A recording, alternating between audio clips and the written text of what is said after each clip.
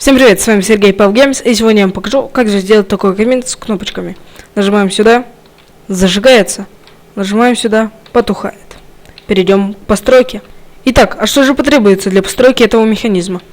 Один любой блок, который не подгорает, адский камень, железные прутья, раздатчик, липкий поршень, кнопка, красная пыль, повторитель и огненные шары.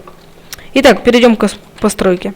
Выкапываем ямку глубиной 2 и ставим туда липкий поршень, а сверху него адский камень.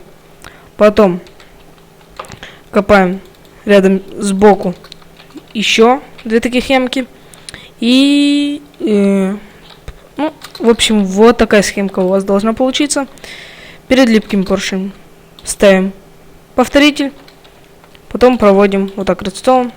А теперь самое главное. Ставим так. Вот. Что у нас должно получиться? Берем решеточку и ограждаем. Так.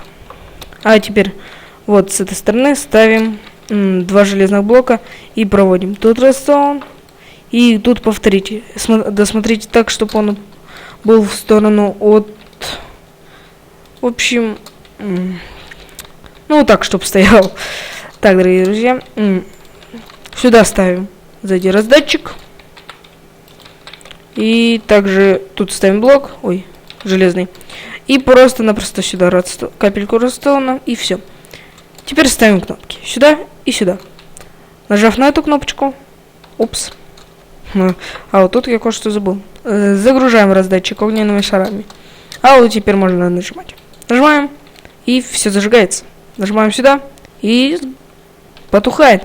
Дорогие друзья, для многих этот механизм будет очень полезен. Так что подписывайтесь на мой канал, ставьте лайки. Всем удачи, всем пока.